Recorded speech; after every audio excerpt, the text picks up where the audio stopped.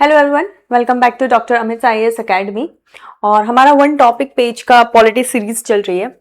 अभी तक हमने बहुत सारे पॉलिटी के कोर टॉपिक्स को कवर किए, बट जितने भी हम पॉलिटी के टॉपिक्स को कवर कर रहे हैं, भले ही वो कोर है या वो आप कहोगे कि भाई स्टैटिक पोर्शन से ही है, but somewhere down the line they are always in the news में रहता है। जैसे हमने यूसीसी पढ़ा है या वन नेशन वन इलेक्शन दिखते हैं, तो ये सारे टॉपिक्स जो है रेगुलर बेसिस पे न्यूज में रहते हैं, चाहे वो गवर्नर के पावर्स हो, कंट्रोवर्सीज हो, स्पीकर की कंट्रोवर्सी हो, तो ये हमेशा से न्यूज में रहता है। सो दैट्स व्हाई हम स्टैटिक इसलिए भी उसे कवर करते हैं।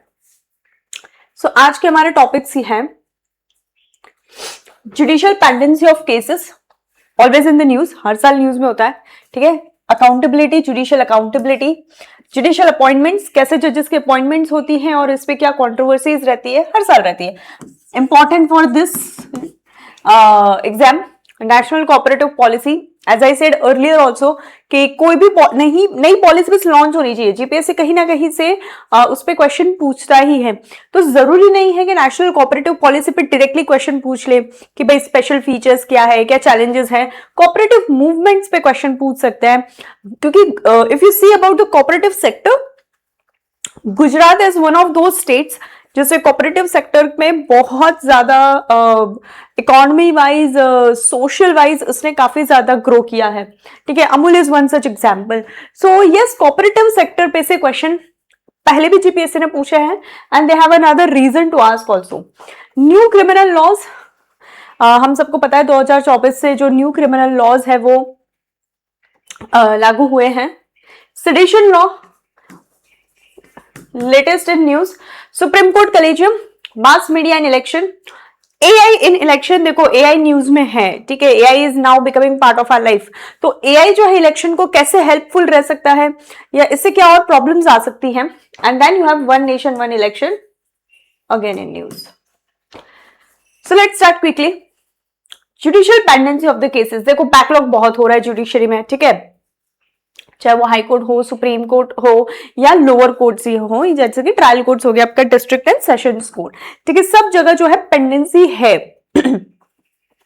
सुप्रीम कोर्ट कहती है, नीचे वाले कुछ नहीं कहते हैं, नीचे वाले कहते हैं कि हम क्या करें, सिस्टम ही कुछ ऐसा हो रखा है, वैकेंसीज नहीं है, पुलिस काम नहीं कर रही है, सिविल केसेस के नेचर बहुत ज्यादा हो रहे हैं। So there are endless reasons, ठीक है, जिसकी वजह से वैकेंसीज ज्यादा हैं और हमारा काम यह है कि हम क्या सॉल्यूशंस दे, ठीक है, सो दैट वैकेंसीज कम हो और इजी डिस्पोजल हो, राइट। तो मार्च 2026 तक की अगर बात करें तो supreme court has recorded an all time decadal high of 93,143 pendency cases in a year.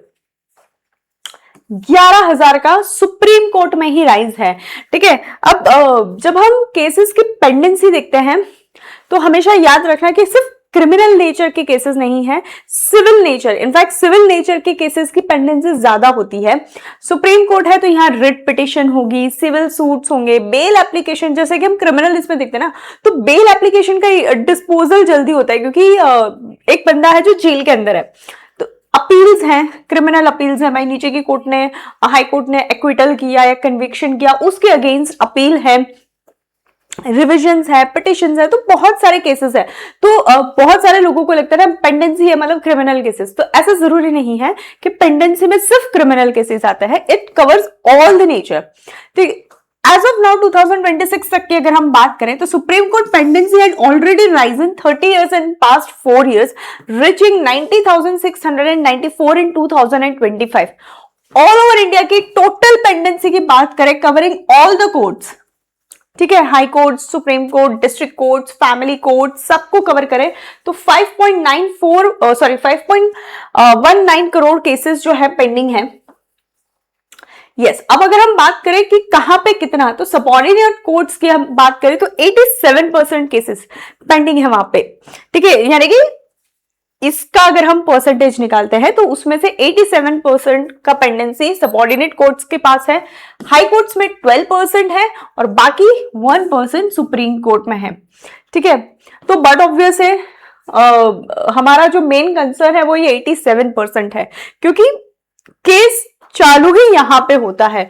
यही सबसे इंपॉर्टेंट प्लेस होती है जहां पे केस का पहला डिस्पोजल आता है।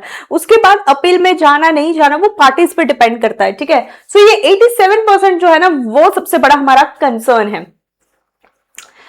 पास्ट 30 इयर्स की बात करें तो 1.8 lakh cases pending for more than 30 years.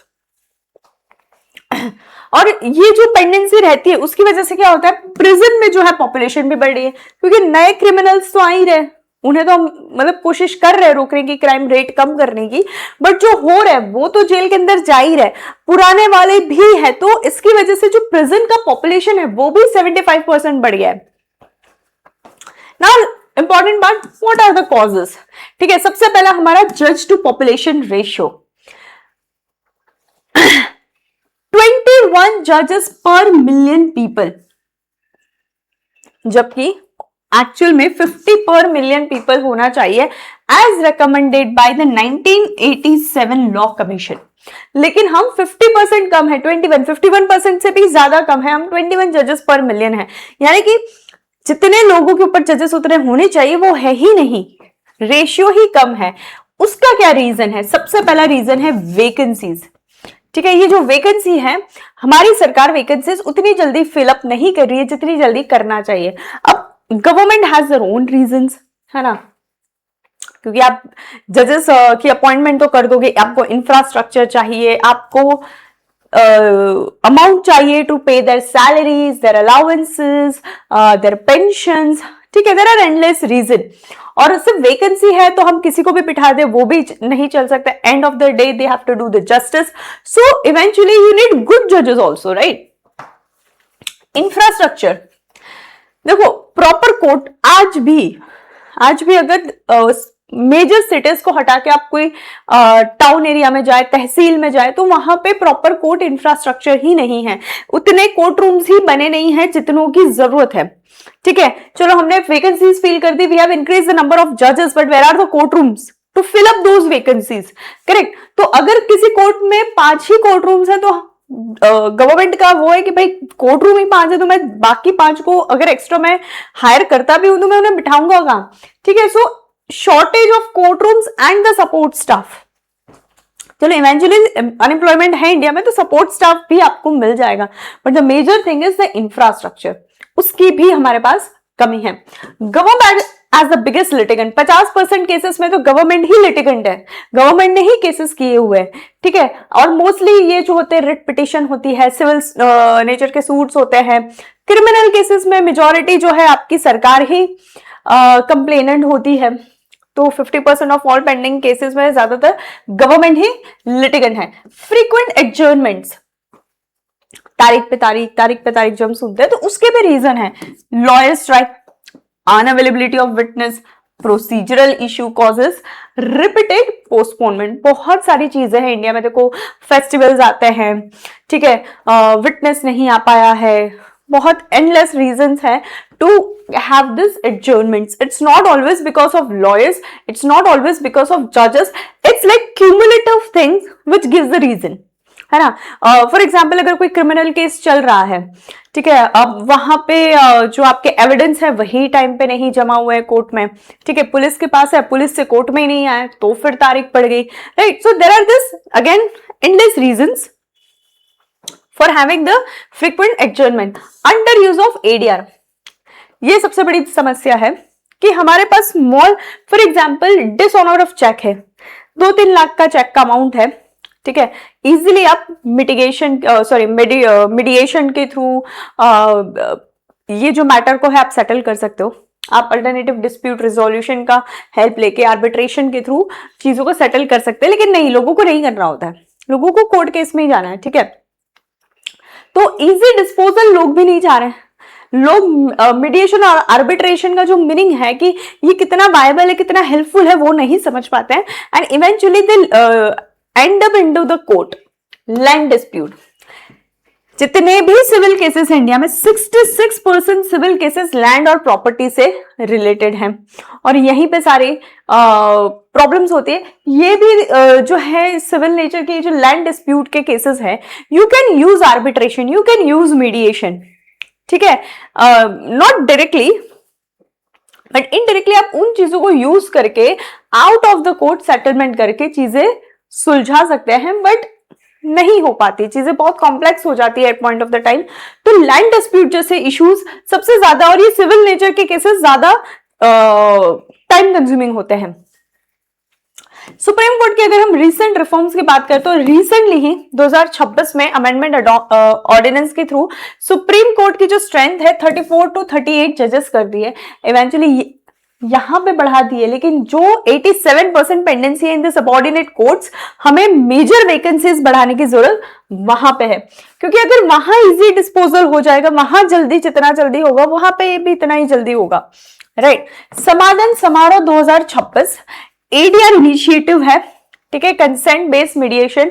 ये 21 से 23-26 तक का ये 3 दिन का स्पेशल लोक अदालत है जो सुप्रीम कोर्ट के इनिशिएटिव से कंडक्ट हो रहा है।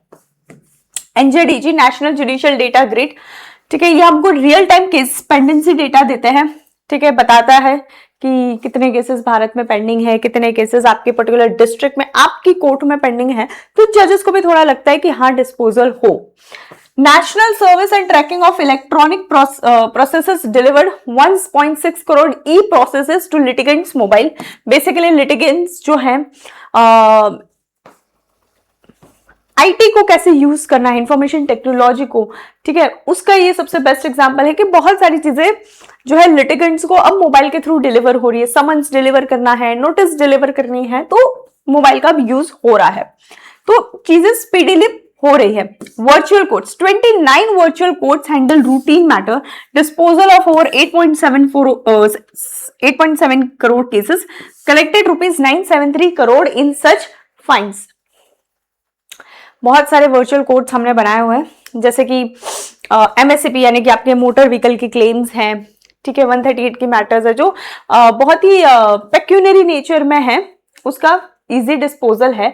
टेली लॉ ये फरवरी 2026 में किया है, जो गवर्नमेंट ग्राम पंचायत को कवर करती है, और प्री लिटिगेशन एडवाइस मिल रही है बेसिकली लोगों को इसके थ्रू। तो वो प्री लिटिगेशन एडवाइस के हेल्प से लोग अपने मैटर्स को रिजॉल्व कर पा रहे हैं। एनआईए कोर्ट्स, ठीक है, supreme court has mandate 17 states to set up NIA courts for anti terror trials, यानी कि ये जो एंटी टेरर ट्रायल्स, अब इसके लिए एक स्पेशल कोर्ट बनाई जाएगी सो दैट मेजर कोर्ट्स पे उनका बर्डन कम हो।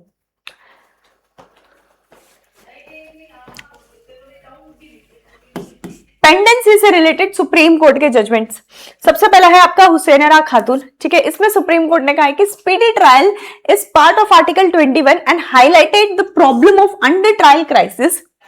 Imtiaz Ahmed versus state of UP, इसमें भी सिमिलरली सुप्रीम कोर्ट ने कहा है कि जो अनड्यू डिले हो रहा है वो भी आर्टिकल 21 का जो है वायलेशन है, ठीक है। Common cause versus union of India 2017, supreme court ने क्लियरली कहा है कि भाई वैकेंसीज फिल करिए, टेक्नोलॉजी को अडॉप्ट कीजिए।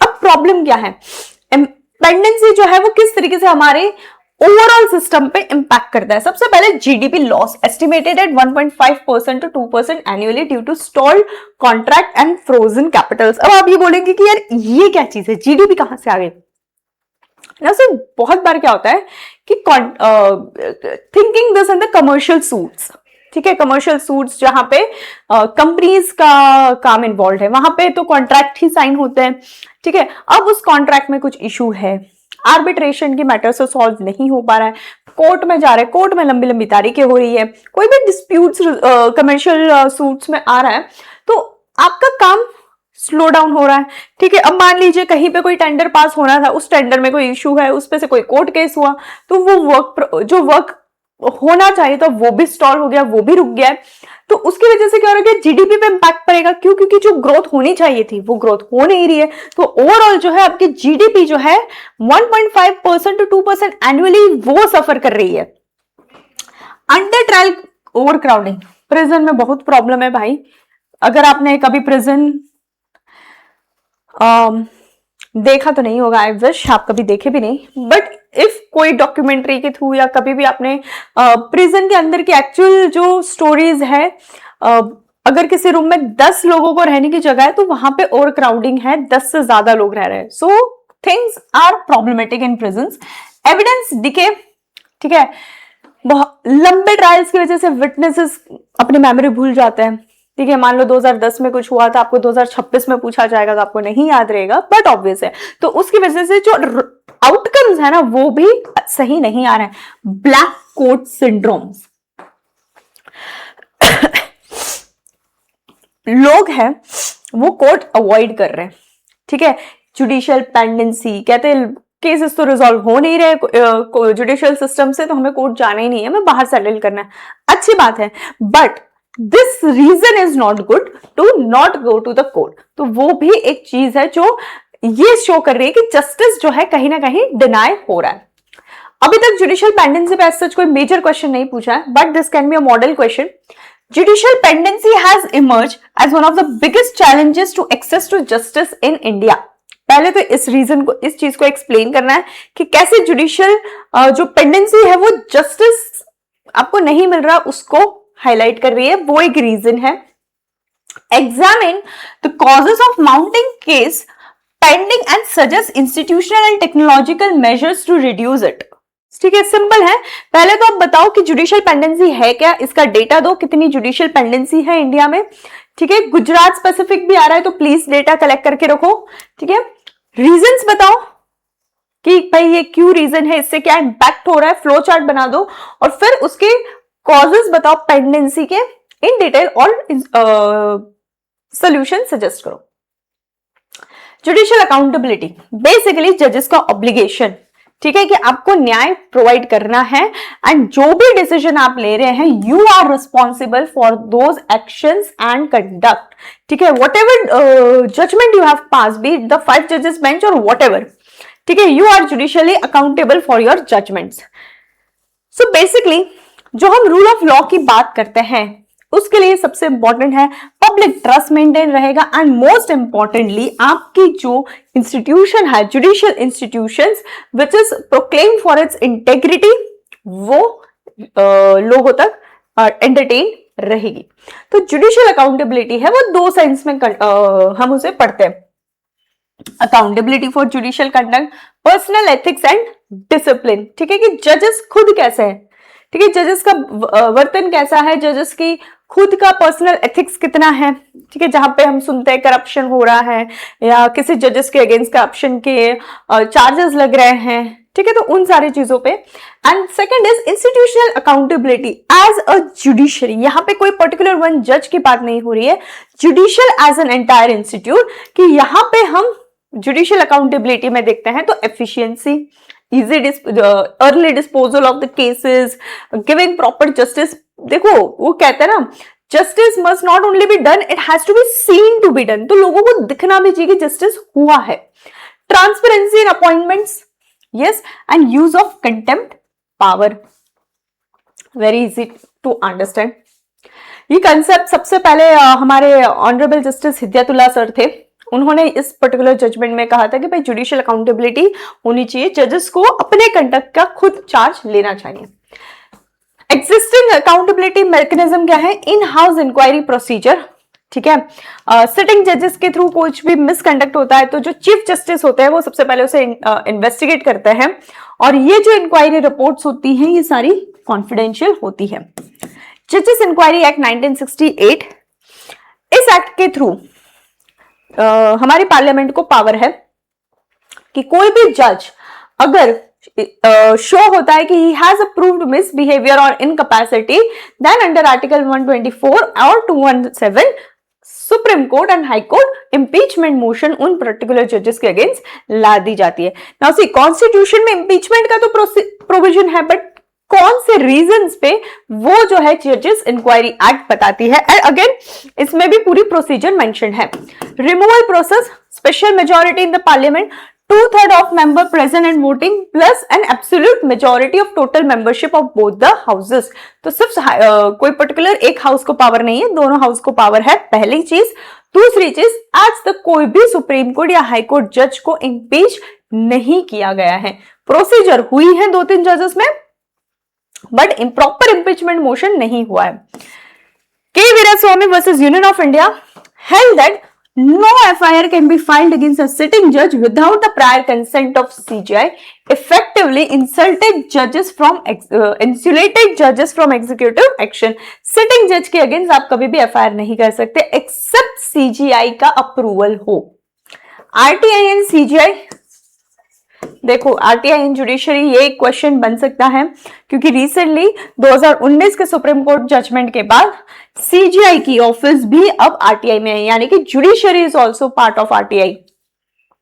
ठीक है, तो इस पे एक क्वेश्चन बन सकता है. तो देखो ये सारे रिफॉर्म्स हैं in order to establish more trust in the institution, judicial institution, bringing more transparency and efficiency in the institution.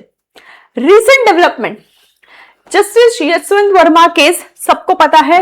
ठीक है, जो सीरियस मिसकंडक्ट का एलिगेशन इन पे लगा था, तो यहां पे भी 3 मेंबर इंटरनल कमेटी बनी है जो ये इन्वेस्टिगेशन कर रही है against the charges. Allahabad high court impeachment attempt,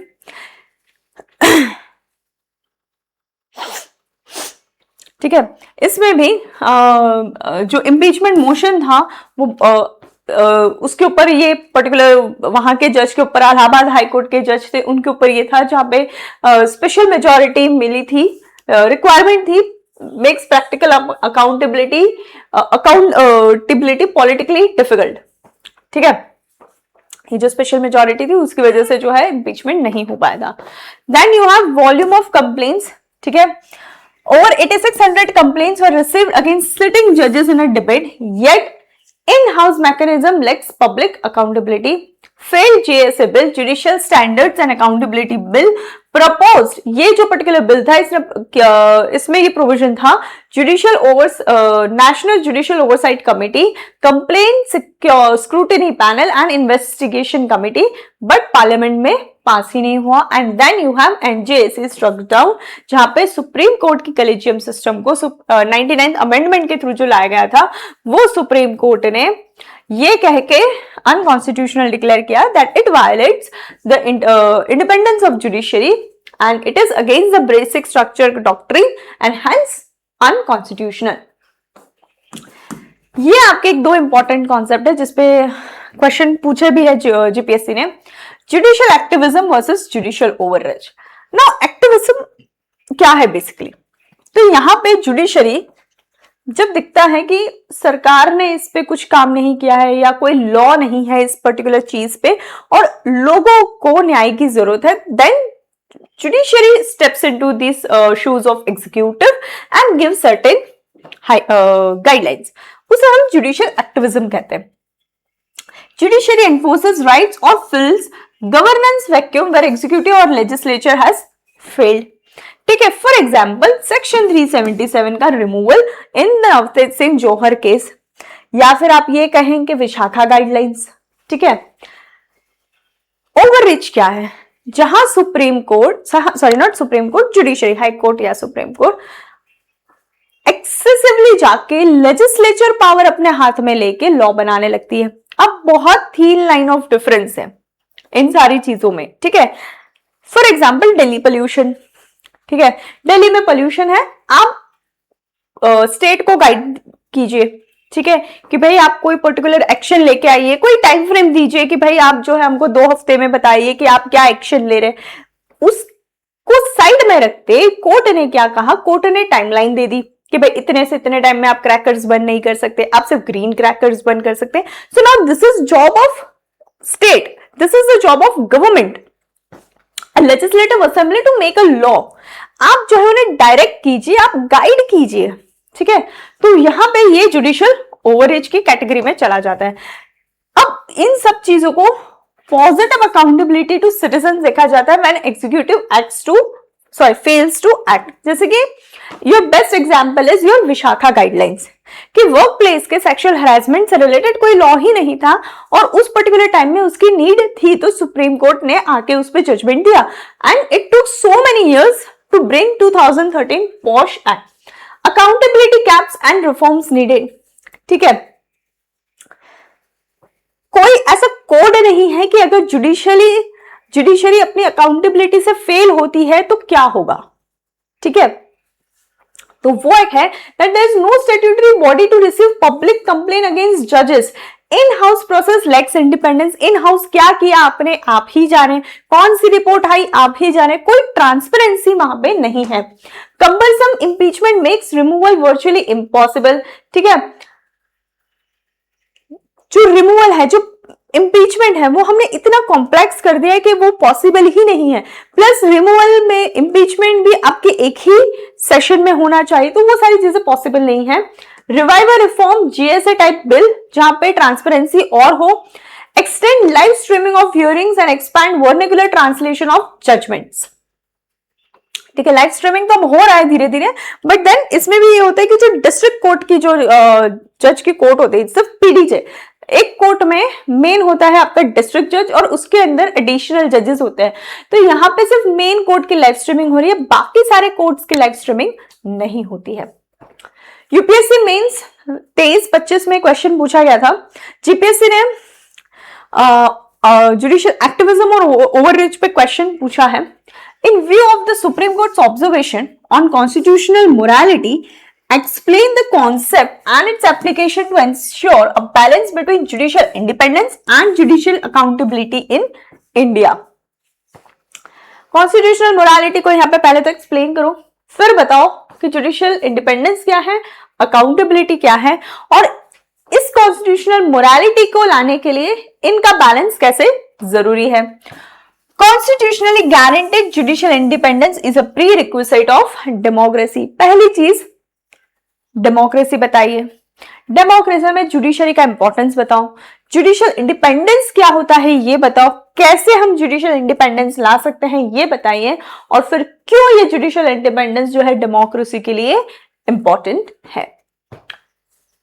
judicial appointments in India are govern by 124, 217 and 222. बहुत ही सिंपल चीज है. 124 में आपके सुप्रीम कोर्ट के जजेस हैं, 217 में आपके हाई कोर्ट के जजेस का जो है अपॉइंटमेंट है, और 222 में ट्रांसफर है. President can transfer high court जजेस after consultation with the CJI. Supreme court के जजेस का कोई ट्रांसफर नहीं होता है. ठीक है, अब 4 जजेस केस ये हमें पता है. ठीक है, सिंपल हमारा कॉन्स्टिट्यूशन कहता है कि प्रेसिडेंट विल अपॉइंट, है ना, और he will take the oath in front of the president. But appoint कैसे करते हैं उसका प्रोविजन कॉन्स्टिट्यूशन में नहीं है. तो इसमें सबसे पहले आया आपका फर्स्ट जजेस केस. ठीक है, जहां SP Gupta versus union of India 1981, जहां पे ये कहा गया कि भाई अपॉइंटमेंट के लिए जो एग्जीक्यूटिव है, कंसल्टेशन डजंट मीन कॉन्करेंस. ठीक है, कि आपने कंसल्ट कर दिया मतलब एडमिसिबल हो गया, आपके ऊपर बाइंडिंग हो गया. ठीक है, उसके बाद सेकंड जजेस केस जो आपका supreme court advocates on record association versus union of India, इसने 1981 के जजमेंट को ओवररूल किया और इसने ये कहा कि सीजीआई का ओपिनियन जो है और 2 सीनियर मोस्ट जजेस का ओपिनियन, यानी कि binding on the executive. Executive ने कहा कि ए जज को अपॉइंट करो. सुप्रीम कोर्ट की 3 जजेस की कमिटी जिसमें सीजीआई प्लस 2 सीनियर मोस्ट जजेस कहती है बी को हम अपॉइंट करेंगे, it will be binding on executive. फिर आता है आपका थर्ड जजेस केस 1998, री स्पेशल रेफरेंस नंबर 1998. इसमें जो कलेजियम है उसमें सीजीआई प्लस 4 सीनियर मोस्ट जजेस को लिया गया.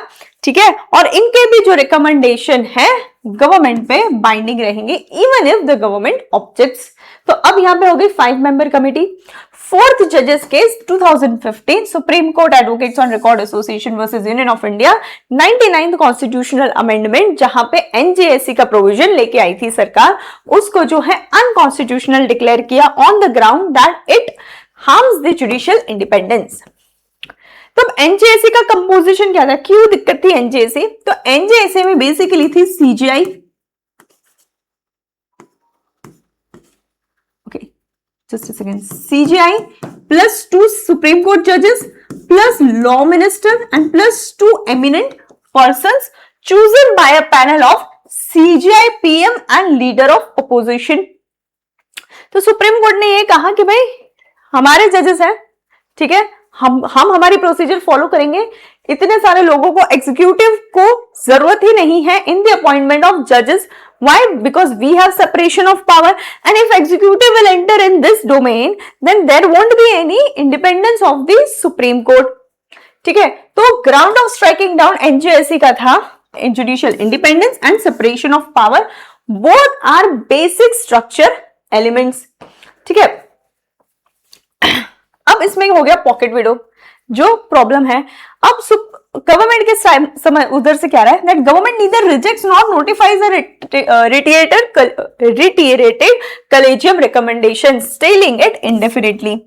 कलेजियम ने रिकमेंडेशन भेजा गवर्नमेंट को, गवर्नमेंट उस पर एक्शन ही नहीं ले रही है. ठीक है, तो उस वजह से क्या हो रहा है, बहुत सारे जो जजेस के अपॉइंटमेंट है वो भी स्टॉल्ड है. Approximately 29 High Court names are pending as of now before the collegium. Sorry, despite the collegium clearance. Supreme Court bench expansion, 5 नए जजेस का एक्सपेंशन हुआ है. ठीक है, which include senior advocates V. Mohanna from the bar and only the second women in history to be so elevated.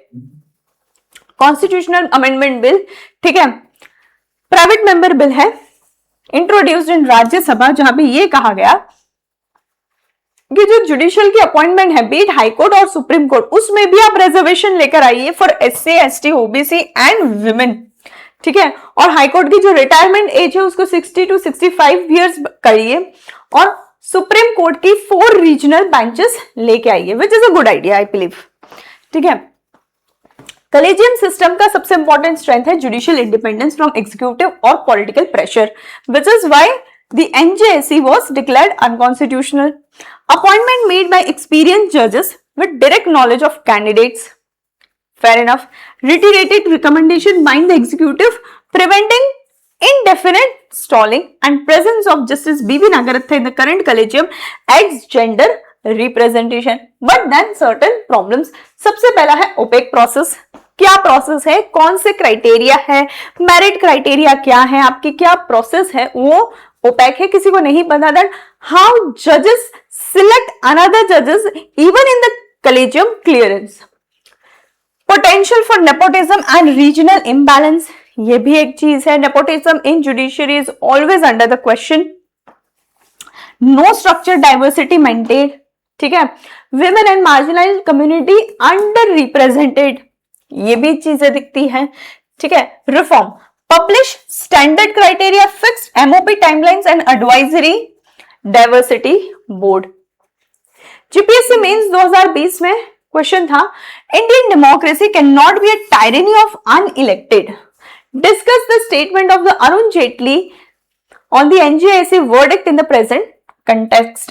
तो simple था, हमें बताना है इंडियन डेमोक्रेसी, जुडिशरी, ठीक है, जुडिशियल इंडिपेंडेंस, बट ये कहा गया can not be a tyranny of the unelected. Who are unelected? जजेस are unelected. Who are elected? People of India who elects. ठीक है, the people in parliament, in the Lok Sabha, तो वो इलेक्टेड लोग है. तो ये कह रहे हैं कि भाई इंडियन डेमोक्रेसी को हम अनइलेक्टेड लोगों के हाथ में नहीं छोड़ सकते.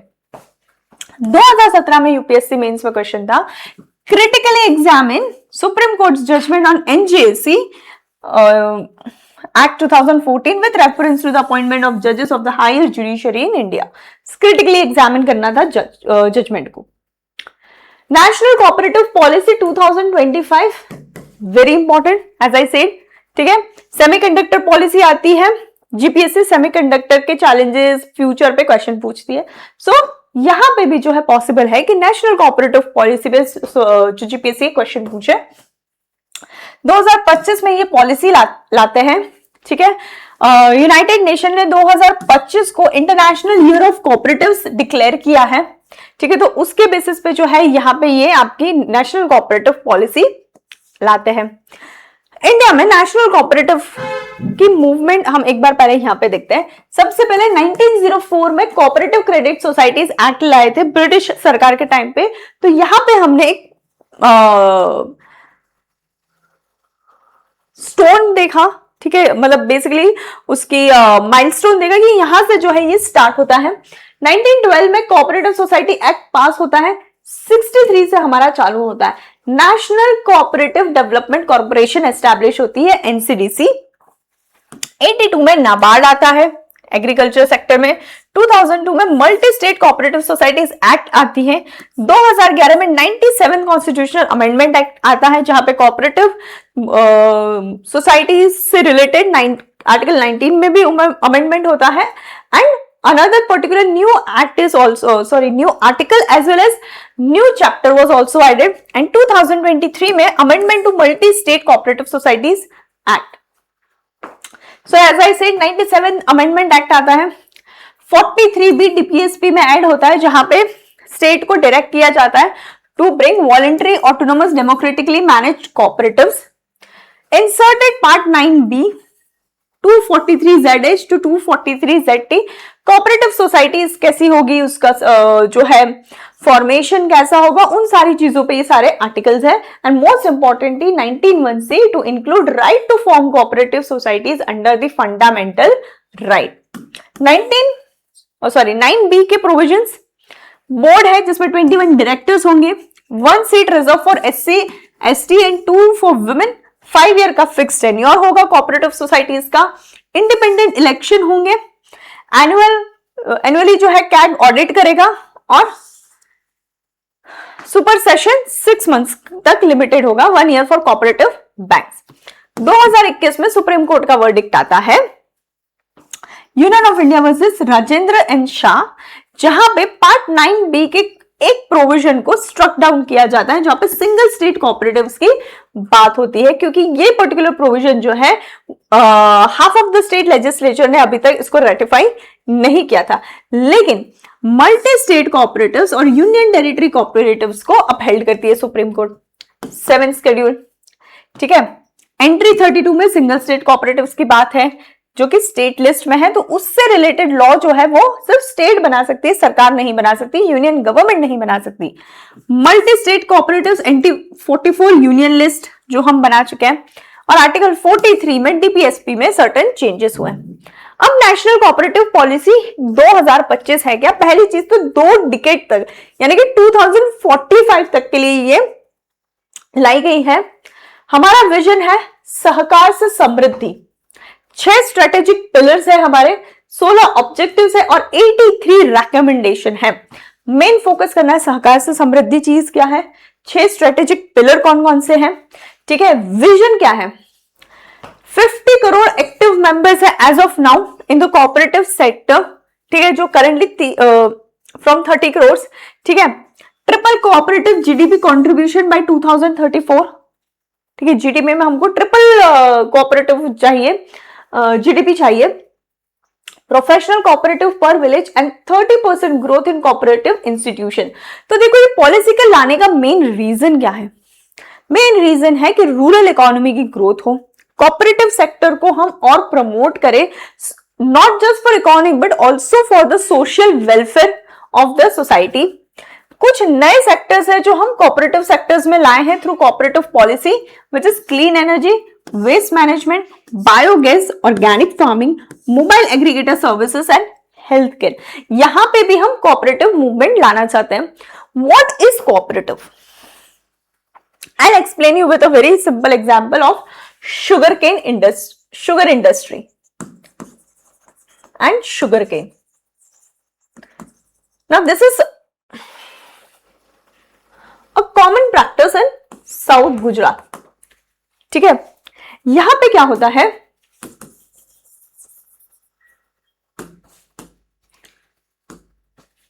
there are certain group of peoples, ठीक है, who have formed this cooperative society.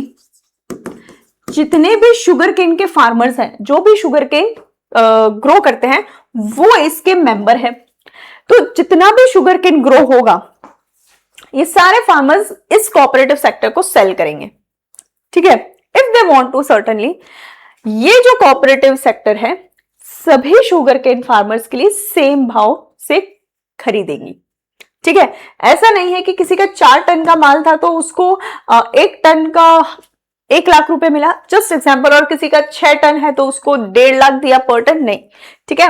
Considering the market and the recent economic things, cooperative sector जो है वो भाव नक्की करेगा और मेक श्योर करेगा कि फार्मर्स को अच्छा अमाउंट मिले और फिर ये जो शुगर केन है शुगर इंडस्ट्रीज को सेल किया जाता है। सो बेसिकली जो फार्मर्स हैं उनको एक अच्छा भाव मिला, शुगर केन जो है शुगर इंडस्ट्रीज को कोऑपरेटिव डायरेक्टली सेल कर रही है, यानी कि ये नहीं होगा कि जिस तरीके से कॉटन में या किसी और प्रोडक्ट में कुछ भी इशू होता है, यहां पे ये इशू नहीं होगा। Why? Because even the sugarcane are suppose to buy sugar industries are also suppose to buy sugarcane from cooperative sector. ये एक फिक्स चीज है, ये एक फिक्स प्रोटोकॉल पे चलता है।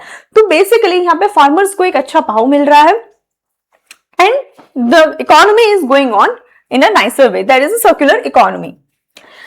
डिजिटल पुश 61,000 पैक्स बनाने की बात हुई है, ठीक है, सारी चीजों को हम डिजिटलाइज करना चाह रहे हैं। National cooperative stack integration with agri stack और बाकी सारे ये कुछ प्लेटफॉर्म्स लाने की बात हुई है पॉलिसी में। So just go through the policy in detail.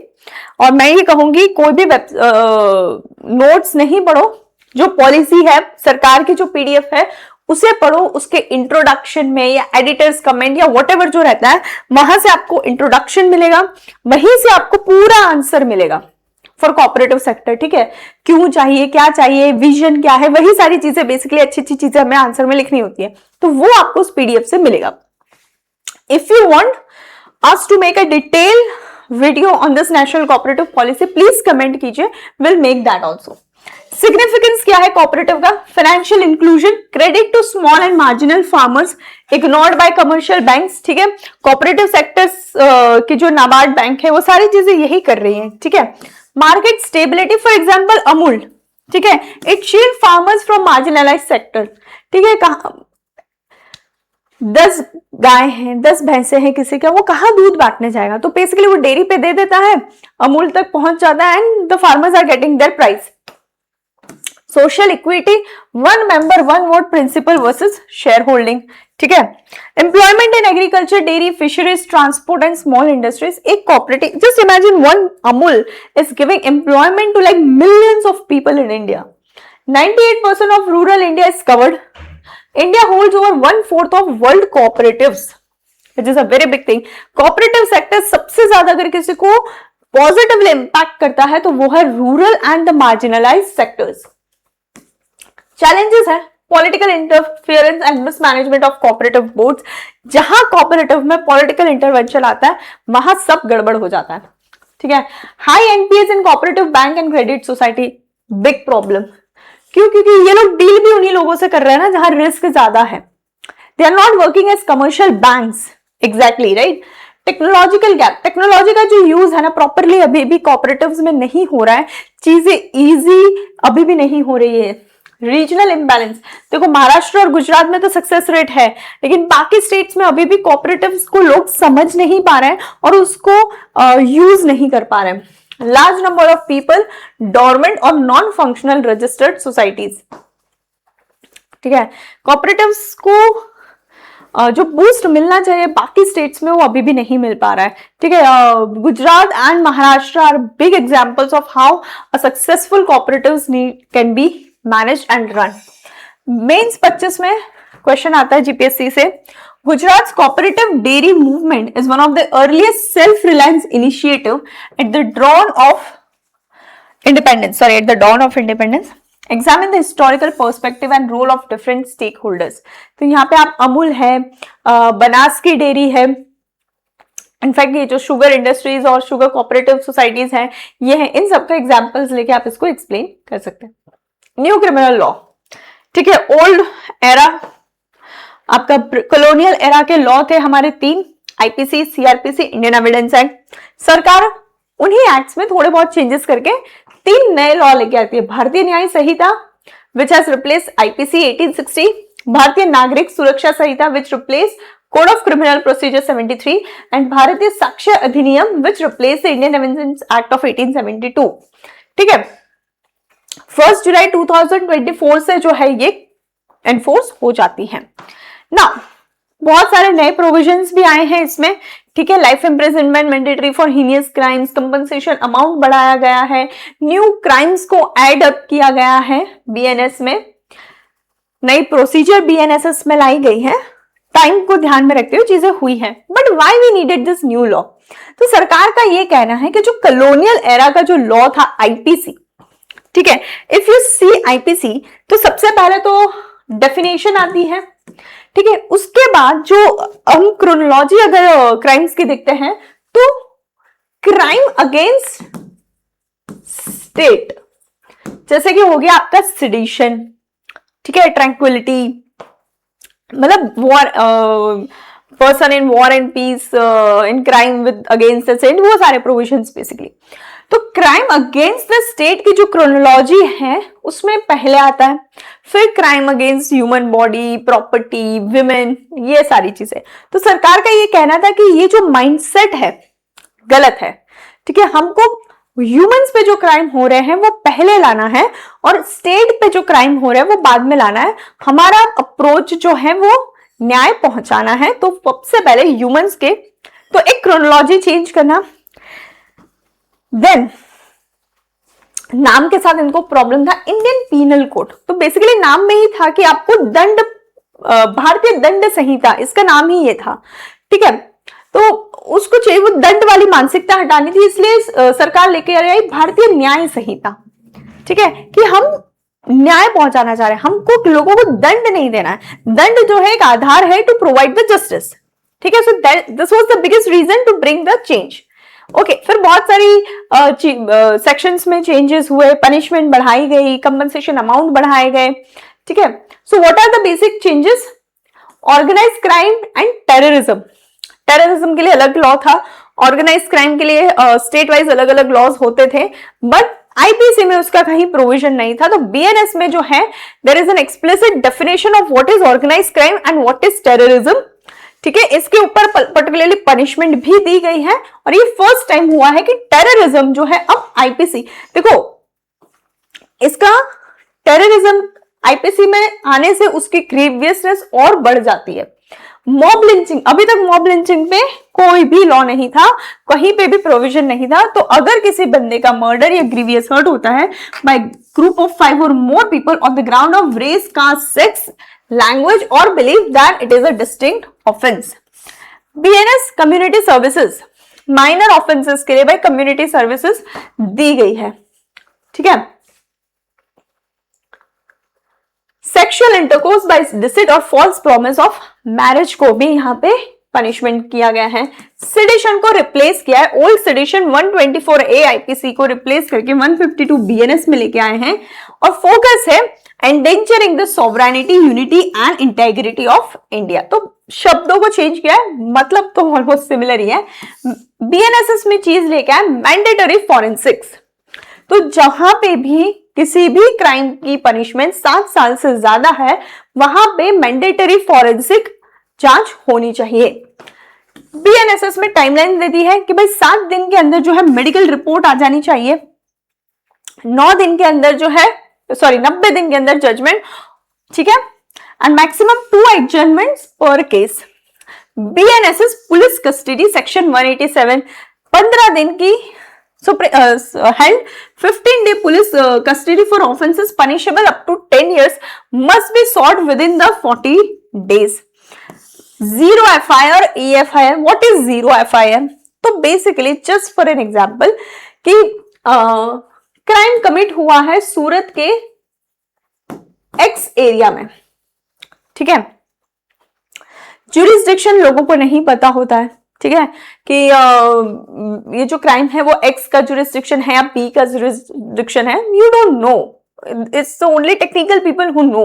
तो इस टाइम में भले एक्स में हुआ है लेकिन किसी को ए जगह जाके अगर उसकी एफआईआर करनी है तो वो कर सकता है, इसको बोलते हैं जीरो एफआईआर। फिर पुलिस स्टेशन जो है वो डिसाइड करेगी that whether this particular falls in our jurisdiction or some other jurisdiction police station, and then they will transfer the FIR to that particular jurisdiction police station, ठीक है। Zero FIR first time जो है BNSS में लाई जाती है, and EFIR का भी provision दिया गया है। इन एब्सेंशिया ट्रायल्स, BNSS में इसका पर्टिकुलर प्रोविजन है कि कोई भी अगर आरोपी है वो भाग गया है, एब्सकॉन्डेड है, तो उसकी राह नहीं देख के पूरा ट्रायल उसके एब्सेंस में चलाया जा सकता है। इलेक्ट्रॉनिक एविडेंस को जो है, जैसे कि आपके ईमेल्स हो गए, सोशल मीडिया डेटा हो गया, स्मार्टफोन्स हो गए, ठीक है, इसके अंदर जो भी आएगा उसको हम डॉक्यूमेंट्स और एविडेंस के रूप में देखेंगे। तो पूरे को 2024 से 26 तक के अंदर इंप्लीमेंट करना है। गुजरात में ई कोर्ट्स और video conferencing already most widely use है। ई साक्ष्या ऐप है हमारे पास, जहां पे mandatory videography of crime scenes in serious cases. CCTNS को भी मॉडिफाई किया है to include BNS, BNSS and BSA. Automated SMS alerts to IOs from day 45 to prevent chargesheet delays. Section 106 clause two BNS, hit and run up to 10 years kept hold after transport union strikes. ठीक है, ये एक चीज आप थोड़ी सी देख लेना कि हिट एंड रन का प्रोविजन था, 10 साल की पनिशमेंट थी। तो ट्रांसपोर्ट सेक्टर के जो लोग थे, क्योंकि majorly hit and run trucks और इनसे भी होता है, तो उसके रिलेटेड स्ट्राइक हुई थी और तब से 106 क्लॉज टू बीएनएस अभी इंप्लीमेंटेड नहीं है। तो फॉरेंसिक इंफ्रास्ट्रक्चर एक हमारे पास चैलेंज है। इनएडिक्वेट infrastructure, इनएडिक्वेट skilled people, twin track courts handling IPC and BNS simultaneously.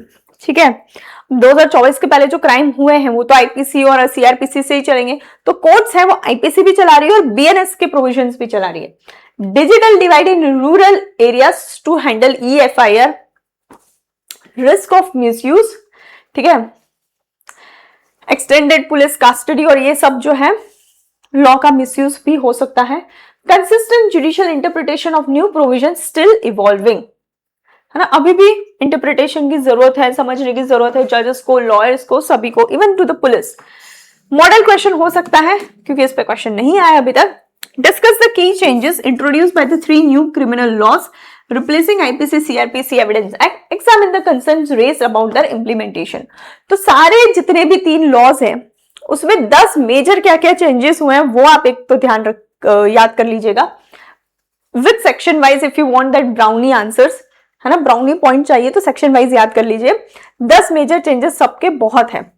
ठीक है, और उसमें उनके इंप्लीमेंटेशन में क्या दिक्कत है वो देख लो। Sedition law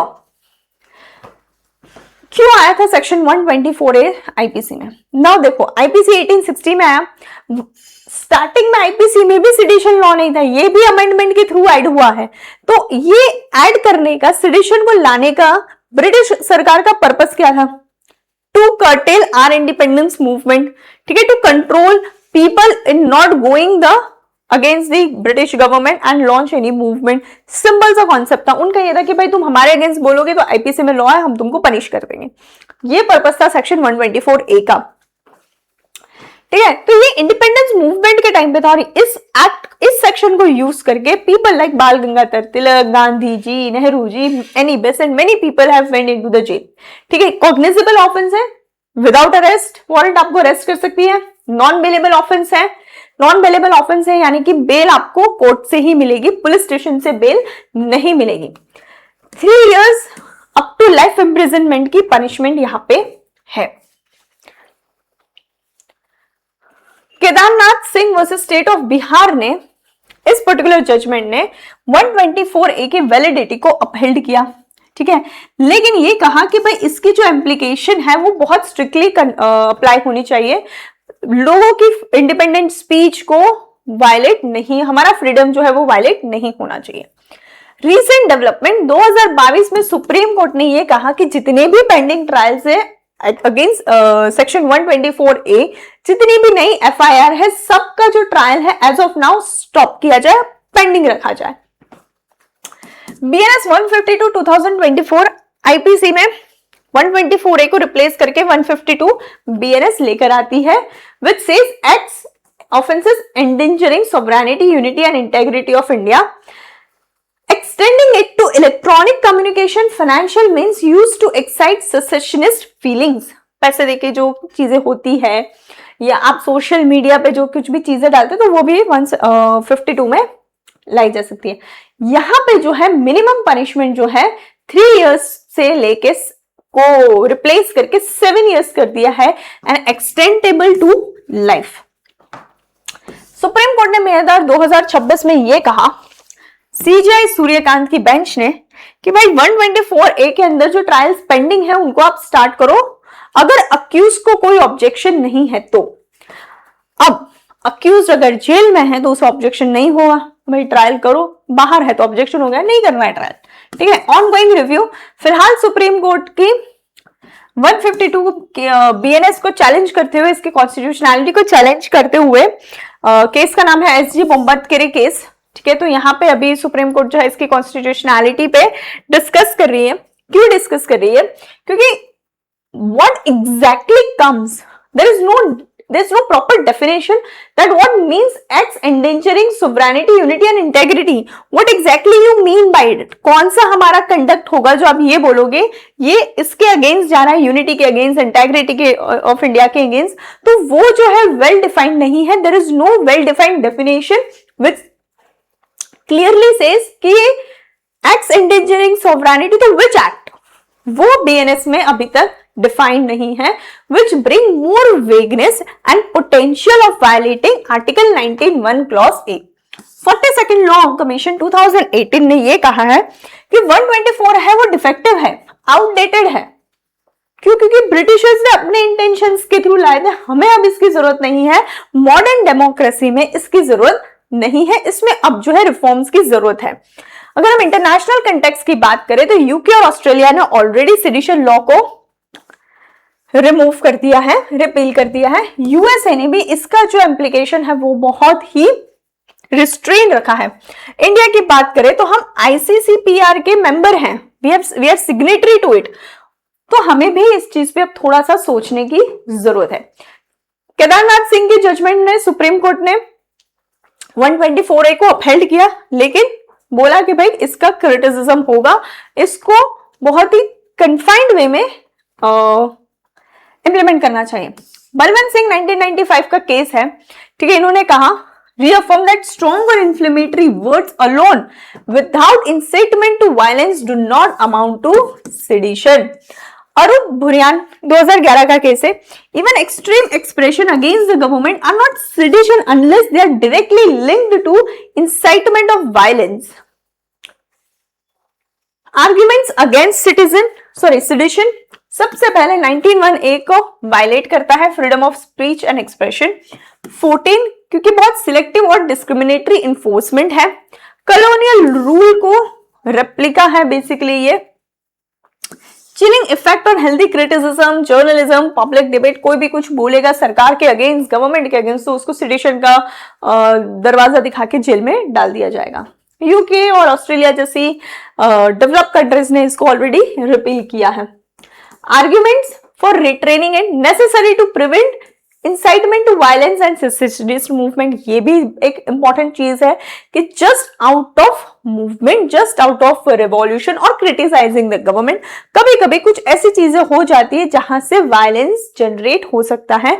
There can be feeling of hatred against the country, against the government. Protects elected government from violent or unconstitutional overthrow. Maoist insurgents in several districts demand a deterrent provision. Kedarnath guidelines sufficiently narrows its scope अगर इसको properly follow किया जाए, and 152B narrows focus to sovereignty, unity and integrity of India. 22 में simple straightforward question है, how far do you agree that sedition law needs to be changed? How far मतलब पहले तो आप बताओ sedition है क्या, फिर आप ये बताओ कि क्या उसकी चेंज की जरूरत है, हाँ तो किस हद तक, ठीक है। तो बहुत ही ऑप्टिमिस्टिक आंसर देना, यहाँ पे बैलेंस आंसर की जरूरत है।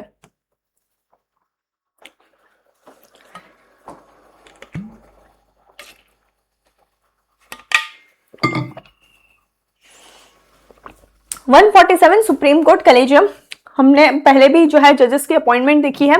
217 में हाई कोर्ट के जजेस का अपॉइंटमेंट है एंड 124 में सुप्रीम कोर्ट के जजेस का अपॉइंटमेंट है। तो यहाँ पे सिंपल है कि सुप्रीम कोर्ट और हाई कोर्ट के जजेस की अपॉइंटमेंट कैसे होगी, ठीक है। इस पे पूरा चीज है, फर्स्ट जजेस केसेस, सेकंड जजेस cases, third collegium composition, CGI+4 most senior supreme court जजेस, they make recommendation on the appointment of Supreme Court, High Court judges as well as transfer and elevation of High Court judges and Chief Justice to the supreme court. देखो supreme court का chief justice तो clear है, जो senior most होगा वो हो जाएगा, लेकिन बाकी हाई कोर्ट जजेस का चीफ जस्टिस का एलिवेशन, बाकी हाई कोर्ट के जजेस का अपॉइंटमेंट, हाई कोर्ट के जजेस का transfer from one state to another, तो इन सब चीजों पे भी ये कलेजियम सिस्टम इंप्लीमेंटेड है। कलेजियम सिस्टम के आर्गुमेंट बहुत ब्रीफ में मैं क्यों कर रही हूं, क्योंकि ऑलरेडी हम इसको ऊपर पहले डिस्कस कर चुके हैं। shields judiciary from executive and political interference। देखो एनजेएसी जब आया था तब उस सरकार की सोच से आया था, शायद उस सरकार की सोच ऐसी रही होगी कि भाई हम तो इंडिपेंडेंस जुडिशरी को फॉलो करते हैं, ठीक है, बट जरूरी नहीं है ना कि आने वाली सरकार भी वैसी हो सकता है वो अपने एग्जीक्यूटिव पावर का यूज करके जुडिशरी को उसके इंडिपेंडेंस होने से रोके या उसके इंडिपेंडेंस होने में एक बाधा क्रिएट करे। upholds judicial and independence as part of the basic structure। most importantly independence judiciary is part of basic structure, तो उसके अगेंस्ट कोई भी चीज अगर आती है तो वो अनकॉन्स्टिट्यूशनल ही होगी। NJNC inclusion of law minister compromise separation of power. भाई दो मिनिस्टर्स की जरूरत ही क्या है, दो एमिनेंट पर्सन, वो भी कौन चूज करेगा, CGI, PM and leader of opposition, correct, तो इनकी तो कोई जरूरत ही नहीं है। तो ऐसे सिचुएशन में यही दिखता है कि भाई जो इंडिपेंडेंस ऑफ जुडिशरी है वो खतरे में है। एग्जीक्यूटिव जो है वो जुडिशरी में भी अब इंटरफियर करना चाहती है, जो कि हमारे separation of power which is a part of basic structure उसके अगेंस्ट है। CGI's primacy in appointment is a constitutional convention since 1950। अब क्रिटिसिज्म, देखो सरकार का यह कहना है कि हमारी इंटरफेरेंस की जरूरत तब पड़ रही है कि आपका जो प्रोसेस है वो बिल्कुल ओपेक है, सरकार बन रही है तो उसका क्लियर प्रोविजन है, लोगों को दिखता है, बहुत ही ट्रांसपेरेंसी है, लेकिन जजेस कैसे हाई कोर्ट का जज अपॉइंट हो रहा है, कैसे वो सुप्रीम कोर्ट के जज में एलिवेट हो रहा है, कैसे ट्रांसफर हो रही है, what are the criteria, what are the merit criteria you are taking into consideration, उस पर कोई क्लैरिटी नहीं है। So basically how this things are done we don't know, ठीक है, there is no memorandum of procedure finalised, ठीक है, delay in filing judicial vacancies, ठीक है, सरकार का कहना है कि भाई आप कितना डिले करते हो वैकेंसीज फिल करने में, रिस्क ऑफ फेवरेटिज्म या फिर आप नेपोटिज्म, ठीक है, अकाउंटेबिलिटी गैप, अब जाके जो सीजीआई है आरटीआई में आया है, आरटीआई में आए हैं, ठीक है, लेकिन एक चीज तो यह है कि अगर आपने किसी भी जज को कौन से मेरिट पे अपॉइंट किया है वी डोंट नो, और वो अपॉइंटमेंट अगर गलत साबित हुई या वो अपॉइंटमेंट प्रॉपर नहीं है या किसी भी जज के मिसकंडक्ट को लेके इंपीचमेंट मोशन आ रही है, so is judiciary going to be accountable for that? No. Supreme court के जजेस का qualification must be an Indian citizen, must have been a जज ऑफ हाई कोर्ट और 2 or more in succession for at least 5 years, must have been an advocate of a high court for at least 10 years and distinguished jurist in the opinion of the president, a distinguished jurist। GPSC mains 2019 में जजेस select जजेस system collegium for the appointment जजेस has both merits and demerits critically examine, again an optimistic answer you need to give। discuss the evolution of collegium system in India, first जजेस case से लेके NJSC के struck down तक पूरा discuss करना है। critically examine the advantages and disadvantages of system of appointment of judges of Supreme Court of India and that of USA। mass media in election, basically role of media in the election, ठीक है, mass media में हम यहाँ पे include कर रहे हैं print media, electronic media and digital which perform 5 core democratic functions. Information dissemination, लोगों तक इंफॉर्मेशन पहुंचाना है, एजेंडा सेटिंग, क्या रहेगा आपका agenda, watchdog scrutiny, platform for debate and voter education, जो कि सबसे इंपॉर्टेंट है। तो हमारा जो मास मीडिया है वो इन चीजों पे काम कर रहा है। यूट्यूब हो गया, आपके सोशल मीडिया प्लेटफॉर्म्स हो गए, इंस्टाग्राम, फेसबुक, टेलीग्राम, ये सब चीजों के थ्रू इलेक्शंस में काफी इंपैक्ट रहता है। बट कुछ चैलेंजेस हैं। सबसे पहले तो पेड न्यूज, ठीक है, हमें सबको पता है कि सबके अपने अपने आईटी सेल्स हैं, ठीक है, वो आईटी सेल्स किसी भी तरीके से किसी भी पर्टिकुलर न्यूज एजेंसी को प्रभावित कर सकते हैं। तो पेड न्यूज के बहुत केसेस हमें देखने को मिलते हैं। Miss information and deep fakes, miss information, क्योंकि फॉल्स कोई इंफॉर्मेशन सोशल मीडिया पे जा रही है जो वोटर्स के परसेप्शन को, ठीक ठीक है, चेंज कर रही है, उसे पे इम्पैक्ट कर रही है, तो उसके ऊपर कोई कंट्रोल नहीं है। बायस एंड पार्टीसन रिपोर्टिंग, ठीक है, कोई पर्टिकुलर प्लेटफॉर्म पे एक बायस रिपोर्टिंग हो रही है for a particular political party या on a particular topic with a particular one point of view, तो वो इशू रहेगा 48 आवर साइलेंस रूल। ठीक है, सेक्शन 126 आरपी 1951 क्या कहता है कि इलेक्शन के दिन के पहले से 48 घंटे तक कोई भी टीवी, रेडियो, प्रिंट या डिजिटल प्लेटफॉर्म पे कोई भी पॉलिटिकल पार्टी के पोलिंग एंड से रिलेटेड न्यूज़ेस नहीं आएगी और उनको फेवर करती कोई भी चीज नहीं आएगी। रेगुलेटरी गैप, ठीक है, चाहे आपका पीसीआई हो, एनबीएससी हो, आईटी रूल्स हो, कहीं ना कहीं इन चीजों को कंट्रोल करने में फेल हो रहे हैं। ECI measures and way forward, model code of conduct, ठीक है, pre certification, no digital political and advertisement may be released without prior approval from the district or state level media certification and monitoring committee। ठीक है, आपका कोई भी agenda हो, election campaigning से related हो, कुछ भी हो, इनके सर्टिफिकेशन के बिना आप वो एड नहीं डिस्प्ले कर सकते। 3 टेक डाउन मैंडेट, अगर कोई भी AI जनरेटेड अनलॉफुल कंटेंट सामने आता है तो उसको 3 घंटे के अंदर आपको रिमूव करना है सारे प्लेटफॉर्म पे से। 2024-26 के इलेक्शन के साइकिल में तकरीबन 11,000 URLs ऐसे थे जिन पे एक्शन लिया गया था। Affidavit and expenditure disclosure, candidates को नॉमिनेशन के टाइम ही अपने सोशल मीडिया हैंडल्स बताने रहेंगे कि ये उनके सोशल मीडिया हैंडल्स हैं। डिजिटल एड के स्टेटमेंट देने होंगे, ठीक है, पूरा ऑडिट देना होगा उससे रिलेटेड। IAMAI का वॉलंटरी कोड है, ठीक है, जो इनसे रिलेटेड है डिजिटल मीडिया से। Way forward, grant punitive power to NBSA, specific law against paid news, integrate media literacy into social circular and find independent fact checking bodies। ये सारी चीजें हैं, बट इंडिया इतनी बड़ी कंट्री है, इतने सोशल मीडिया हैंडलर्स हैं, इतनी सारी चीजें कि थोड़ा डिफिकल्ट है, बट AI के साथ इम्पॉसिबल नहीं है। अब इनका मास मीडिया का important role, they inform voters about manifestos, track record, policies, ठीक है, बहुत सारी चीजें ऐसी होती हैं जो हमको सोशल मीडिया से ही आजकल पता चल रही है। Watchdog exposes the malpractice, hold parties accountable. Equitable air time on Doordarshan and AIR for recognised parties. Voter education booths turnout and inform participation. बहुत बार like for example local body election है, state election है, कौन सी party का booth कहां पर है, ठीक है, आपको कहां वोट करने जाना है, छोटी छोटी चीजें भी सोशल मीडिया के थ्रू हमको पता चलती है। Concerns, paid news compromises the journalist, deep fakes और AI जनरेटेड कंटेंट, ठीक है, ये बहुत इंपॉर्टेंट प्रॉब्लम क्रिएट हो रही है ड्यू टू AI, जिसकी वजह से हमें पता ही नहीं चल पाता है कि ये एक्चुअल वीडियो है या AI है, AI जनरेटेड है।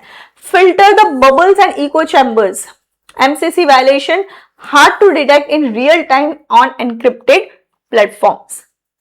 देखो, जब तक वो चीज हो जाती है, ठीक है, चलो डीप फेक वीडियो आ गया, एनक्रिप्टेड चीजें आ गई, MCC का वायलेशन हो गया, लोगों तक वो न्यूज पहुंच चुकी है, उसके बाद वो वायलेशन के ऊपर एक्शन होता है, ठीक है, बट उनका जो इंटेंशन होता है वो तब तक एग्जीक्यूट हो जाता है। 2021 में GPSC ने कहा था, in modern democracy media, be it print, electronic और digital, has been shaping the agenda of government, discuss it in historical and global context. तो हिस्ट्री के में जाना है, print media, electronic media, mass media, whatever, उसके आने के पहले डेमोक्रेसी कैसी थी, गवर्नमेंट की एजेंडास कैसे फुलफिल होते थे, और इसके आने के बाद क्या सीन है, वो चीजें एक्सप्लेन करनी है। AI इन इलेक्शन, भाई ये तो इंपॉर्टेंट चीज है, क्योंकि हम AI इतना पढ़ रहे, AI in education, AI in health sector, AI in agriculture, XYZ, तो AI इन इलेक्शन कैसा होगा। Artificial intelligence basically shaping both political campaign and election administration in India। अभी सारी चीज पेपर वर्क है, ठीक है, थोड़ा बहुत डिजिटलाइज भी है, वोटर टर्नआउट कितना है, कहाँ पे कितना वोटिंग है, लोगों का क्या परसेप्शन है, ये सारी चीजें AI बहुत इजीली कर लेती है। Voter profiles from demographic data, social media behaviour, लोग सोशल मीडिया पे किस तरीके से रिएक्ट कर रहे हैं किसी चीज को लेके, एआई उसको कैप्चर कर सकता है। Deploy AI powered chatbots and robo calls, call उठाते हैं जहां पे आपके मैसेज आ जाता है कि हमको वोट दीजिए XYZ, उसको एआई चैटबॉट्स, ठीक है। Generate images, audio and video content including the deepfakes, ये एक प्रॉब्लम है डीपफेक्स का। 25-26 की स्टेट इलेक्शंस में तमिलनाडु और वेस्ट बंगाल ने personalised voice clone calls addressing individual voters by name and referencing what specific issues, ये चीजें बाहर आई थी कि भाई इस तरीके से कॉल्स जा रहे हैं, ठीक है। इन चीजों को हाईलाइट हुआ था। On the administrative side, the ECI has been used machine learning models to deduplicate electoral rolls, optimize EVM and staff deployment, and deploy AI-powered live CCTV surveillance at sensitive polling booths in Kerala to flag crowd bunching and unauthorized double entry in real time. AI की help से real CCTV footages देखी जा रही थी। Ethical concern, deep fakes and miss information, ठीक है। AI can fabricate audio video content, तो वो एक फॉल्स नैरेटिव जाता है, स्प्रेड होता है, ठीक है। इलेक्शन की इंटेग्रिटी को, इलेक्शन कमीशन के इंस्टीट्यूशन को चैलेंज करता है। Data privacy, biggest concern, algorithmic bias, ठीक है। AI trained on bias data can bring social inequalities, create echo chambers, ठीक है। Digital divide, only well funded parties can use the AI tools, बाकी क्या, independent members का क्या, तो सबके लिए नहीं है ये। Regulation and way forward, IT amendment rules of 2026, जो 3 का विंडो पीरियड है to remove all unlawful AI generated content, ठीक है। ECI advisories, mandate prominent labelling of all AI altered campaign materials, 11,000 रफ पोस्ट पे एक्शन लिया गया था जो मैंने आपको बताया। और ECI ने बोला है कि जितने भी आपके एआई का मतलब एआई मेड वीडियोस जो कुछ भी है वहां पे आपको एआई ऑल्टर्ड कैंपेन ऐसा लेबल देना होगा। Prebunking, proactive public education on misinformation techniques to build media literacy and critical thinking before elections. ये वाली चीजें कितना भी कर लो, रूरल इंडिया है हमारे पास, कुछ है जहां पे एजुकेशन की आज भी कमी है, एक डिजिटल डिवाइड है, डिजिटल लिटरेसी की कमी है, वहां पे ये डिफिकल्ट होता है।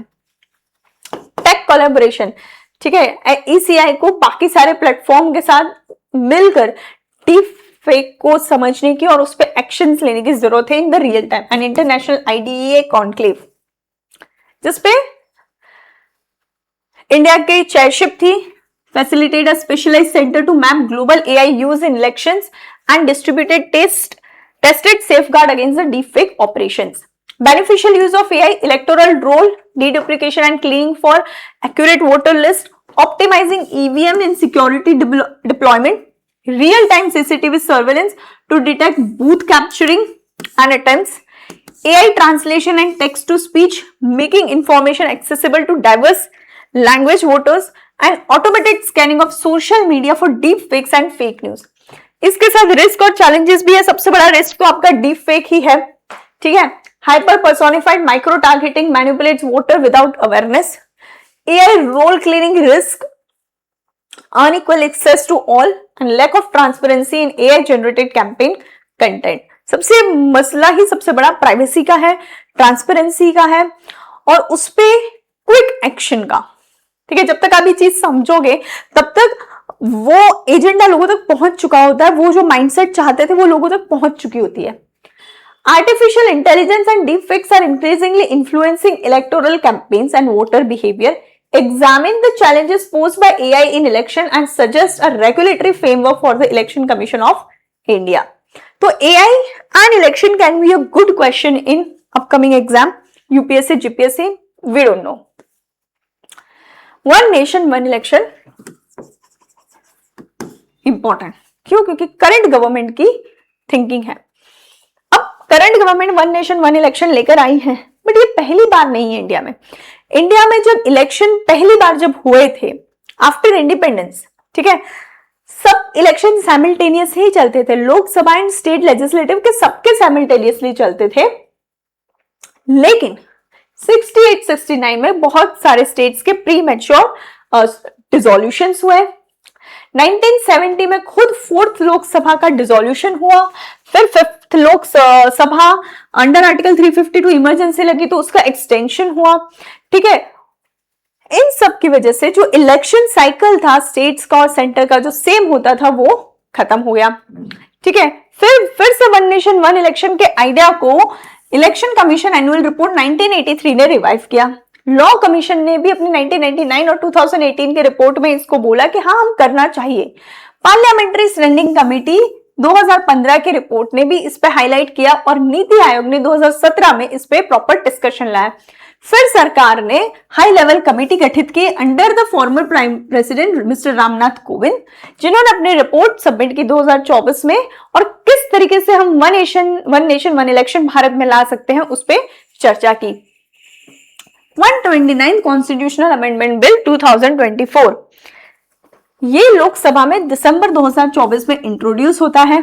ज्वाइंट पार्लियामेंट्री कमेटी जो कि बीजेपी के एमपी है पीपी चौधरी, वो हेड करते हैं, उनको ये बिल दिया जाता है। मॉनसून सेशन 2026 में प्रोबेबली जेपीसी कमेटी जो बनी है उसकी रिपोर्ट आ सकती है। इसके साथ कुछ कंपेनियन बिल भी आए थे, union territory law amendment bill 2024 and UT assemblies Delhi Puducherry Jammu Kashmir bill. New article 82A की बात की है प्रेसिडेंट ने। ठीक है, जहां पे ये प्रेसिडेंट को एम्पावर करेगा to notify an appointed date first sitting of Lok Sabha after general election, all state assemblies terms constituted after that date and with the Lok Sabha full term. Premature dissolution की बात की है कि कुछ स्टेट्स हैं जो प्रीमैच्योरली डिसॉल्व हो जाएंगे अगर उनका 5 ईयर का टर्म बाकी है। कोविंद कमेटी अमेंडमेंट्स 82A की बात की है, 83, 172 और 327 में भी अमेंडमेंट लाने की बात की है। ये सारे बेसिकली 83, 172 ये क्या है, पार्लियामेंट का कंपोजिशन और स्टेट लेजिस्लेटिव का कंपोजिशन, और 327 में पार्लियामेंट को पावर है कि वो इससे रिलेटेड लॉ बना सकते हैं। मसला है एडवांटेजेस एंड कंसर्न का वन नेशन वन इलेक्शन। भाई क्यों वन नेशन वन इलेक्शन लाने की बात ही इससे शुरुआत हुई है कि हमारा जो इलेक्शन पे बजट है वो एक्सट्रीम है, चाहे वो स्टेट लेवल का हो या इलेक्शन नेशनल लेवल का हो, एक्सेसिव पैसा बहता है। तो भाई एक इलेक्शन करो, ठीक है, उस एक इलेक्शन में स्टेट और सेंटर सबका हो जाए तो इक्वल अमाउंट ऑफ मनी, या मतलब उतना नहीं जाएगा जितना हम हर साल खर्च कर रहे हैं, तो कॉस्ट सेविंग। और देखो सिर्फ कॉस्ट सेविंग इलेक्शन के दिन नहीं होता है, उसमें कैंपेनिंग हो रही है, लॉजिस्टिक का खर्चा है, सिक्योरिटी है, एडमिनिस्ट्रेशन है, सब लोग उसमें इन्वॉल्व होते हैं तो सब खर्चा होता है। Reduces policy paralysis and MCC induced governance disruption. अब देखो सिंपल है, 2 महीने बाद गुजरात इलेक्शन में जा रहा है, एक एग्जांपल, तो क्या होगा, सरकार कोई नई पॉलिसी लॉन्च नहीं कर सकती, कोई नई स्कीम लॉन्च नहीं कर सकती। क्यों? क्योंकि इलेक्शन है, तो ये नहीं लगना चाहिए कि इलेक्शन के रीजन से ये हो रहा है। जैसे ही इलेक्शन की डेट डिक्लेयर होती है, मॉडल कोड ऑफ कंडक्ट जो है प्लेस होता है, तो आप ये कोई भी चीज नहीं कर सकते, पॉलिसी डिस्ट्रप्शन हो गया। एंड बट ऑब्वियसली कोई भी स्टेट इलेक्शन में जा रहा है तो सरकार 5-6 महीने से सिर्फ इलेक्शन सोचती है और कुछ नहीं सोच रही है। ओवरऑल डेवलपमेंट के वर्क भी थोड़े बहुत स्टॉल होते हैं। 2 महीने बाद गुजरात इलेक्शन पे गया, उसके 4 महीने बाद नेशनल लेवल इलेक्शन हो रहे हैं, सेम प्रोसीजर चल रही है। And India is a big country, हर 6 महीने में कोई इलेक्शन आता है, तो यहाँ पे पॉलिसी पैरालिसिस के चांसेस बहुत ज्यादा रहते हैं। Less frequent deployment of forces and diversion of schools as booths. अभी लोकल इलेक्शन हो रहे हैं, फिर स्टेट इलेक्शन होगा, फिर नेशनल इलेक्शन होगा, फिर कोई बाई इलेक्शन होगा, ठीक है। तो उसकी वजह से क्या हो रहा है, जो इलेक्शंस में ड्यूटी किसकी होती है, गवर्नमेंट सर्वेंट्स, चाहे वो बैंक का मैनेजर हो, स्कूल प्रिंसिपल हो, स्कूल टीचर हो, नर्सेस हो, कुछ भी हो, ठीक है, उनकी ड्यूटी लगती है, राइट। तो यहाँ बार बार इलेक्शन होगा तो डिप्लॉयमेंट ऑफ फोर्सेस भी होगा। तो अगर एडवांटेजेस में एक चीज ये कि lesser deployment may reduce voter fatigue and improve the turnout, better campaign finance enforcement with fewer election cycles। Concern, southern state का सबसे बड़ा कंसर्न है कि इट थ्रेटन्स द फेडरलिज्म। अगर नेशनल और स्टेट इलेक्शन साथ में होते हैं तो सबका मेन कंसर्न नेशनल टॉपिक पे ही रहेगा, नेशनल सिक्योरिटी, यानी कि नेशन से रिलेटेड जो भी इंपॉर्टेंट कंसर्न है वो हाईलाइटेड रहेंगे। स्टेट के प्रॉब्लम, स्टेट के इश्यू कहीं ना कहीं कॉम्प्रोमाइज हो जाएंगे। रीजनल पॉलिटिकल पार्टीज को अपने अस्तित्व का भी खतरा लग रहा है यहाँ पे, ठीक है। Curtailing assembly term raises democratic accountability, ठीक है, ये तो बहुत स्टार्टिंग में है, लेकिन ऑब्वियसली डेमोक्रेसी के लिए गलत है। Require massive one time infrastructure, EVMs, VVPAT, polling personal, भले ही एक बार हो रहा है लेकिन उसमें भी खर्चा है और मैसिव लेवल पे है। Some amendments need ratification by at least half of the states, इसमें कुछ अमेंडमेंट होंगे जहां पे हाफ ऑफ द स्टेट का रेटिफिकेशन लगेगा, तो वो भी एक लंबा प्रोसीजर है क्योंकि ये कॉन्स्टिट्यूशनल अमेंडमेंट हो गए। अगर हम वन नेशन वन इलेक्शन लाते हैं तो कॉन्स्टिट्यूशन में बहुत सारे अमेंडमेंट्स होंगे। No confidence motion create synchronisation problem, premature dissolution risk, living state without assemblies, मतलब अगला इलेक्शन नहीं होता तब तक क्या सब प्रेसिडेंट रूल, कितनी सारी चीजें होल्ड पे चली जाती हैं, राइट। अपार्ट फ्रॉम दिस कुछ और कंसर्न ये है, problem of hung assembly,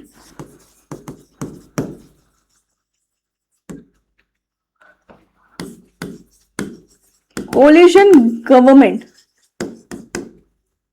anti defection, anti defection तो अब है आपके पास, ठीक है, लेकिन कोलिशन गवर्नमेंट अगर दोनों का सहकार टूट गया तो फिर क्या, ठीक है, इस पे कंसर्न है। Then you have emergency thing, national emergency लगाई और स्टेट का टेन्योर 1 साल बढ़ाना पड़ा, तो ये भी कुछ कंसर्न है, कुछ वे फॉरवर्ड है। पॉलिटिकल कंसेंसस, सबसे पहले सारी पॉलिटिकल पार्टीज, जितने भी स्टेक होल्डर्स है, सबको एक टेबल पर लाओ and then you bring this thing into the practice.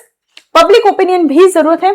Shekhawat solution, हमारे वाइस प्रेसिडेंट थे भैरव सिंह शेखावत, उन्होंने ये एक सजेशन दिया था, ठीक है, दैट नो कॉन्फिडेंस मोशन अगर कोई भी सरकार अपोजिशन लेकर आती है कि हमको इस सरकार पे भरोसा नहीं है, तो उसके पास अल्टरनेटिव गवर्नमेंट फॉर्मेशन प्लान होना चाहिए। अगर वो अल्टरनेटिव गवर्नमेंट फॉर्मेशन प्लान नहीं लाती तो ये नो कॉन्फिडेंस मोशन नहीं वायबल हो। फेस पायलट, एक साथ पूरी चीज एक्सपेरिमेंट मत करो, इंपॉर्टेंट है कि इसे फेज वाइज लेकर आइए। जैसे हम यूसीसी ला रहे हैं, पहले हमने सुप्रीम कोर्ट के थ्रू पब्लिक का माइंडसेट पढ़ा और फिर हम स्टेप बाय स्टेप यूसीसी ला रहे हैं, उसी तरीके से वन नेशन वन इलेक्शन को भी कीजिए कि एकदम से पूरी चीजों को मत लेकर आइए, उसे फेज वाइज लेकर आइए, ठीक है। 2021 में जीपीएससी ने क्वेश्चन पूछा था, do the geographical, socio cultural and political feature of our country provide a strong ground for opting for one nation one election in the current context, discuss. देखो geographical, socio cultural and political, पूरा answer तो नहीं discuss करेंगे, just for example geographical. आपने election मान लो सोचा है कि हम इलेक्शन लेंगे मई में, नेशन एंड स्टेट सबका, ठीक है। अब मई में राजस्थान जैसी जगह पे इलेक्शन कराना, 15 मई को मान लो राजस्थान में इलेक्शन है, कितनी गर्मी है, कितना प्रॉब्लम है, ठीक है। वहीं अगर आपने ये सोचा कि हम दिसंबर में लेंगे, what about the states like Jammu Kashmir, Himachal, Uttarakhand, where there are harsh winters, Arunachal and all, Sikkim. तो ये ज्योग्राफिकल। सोशियो कल्चरल अपने इश्यूज है। पॉलिटिकल फीचर्स, कॉन्स्टिट्यूशन के हजारों अमेंडमेंट्स, हजारों तो नहीं बट 2-5-10 भी, बट मेजर अमेंडमेंट्स है वो, ठीक है। यूपीएससी पूछते, examine the need for electoral reforms as suggested by various committees with particular reference to one nation one election principle, ठीक है। तो यहाँ पे जितनी भी कमिटीज ने जितने भी इलेक्टोरल रिफॉर्म सजेस्ट किए हैं उसको आपको यहाँ पे डिस्कस करना है। So yes, that's it for the day. इसमें से कोई भी ऐसा टॉपिक है जो आप चाहते हैं कि हम उसको और डिटेल्ड टॉपिक में आपको एक्सप्लेन करें तो आप वो भी बता सकते हैं, और कोई डाउट हो वो भी आप बता सकते हैं, और कोई ऐसा टॉपिक हो जो हम ओटीपी में कवर करें तो वो भी आप हमको कमेंट सेक्शन में बता सकते हैं, और आपके कोई एडवाइजेस हो वो भी बता सकते हैं। इसका जो पीडीएफ है हमारे टेलीग्राम ग्रुप पे और हमारी वेबसाइट के रिसोर्सेज के फ्री रिसोर्सेज वाले सेक्शन में पीडीएफ अवेलेबल है, so go through it and if you have any doubt please feel free to ask. Thank you and all the best.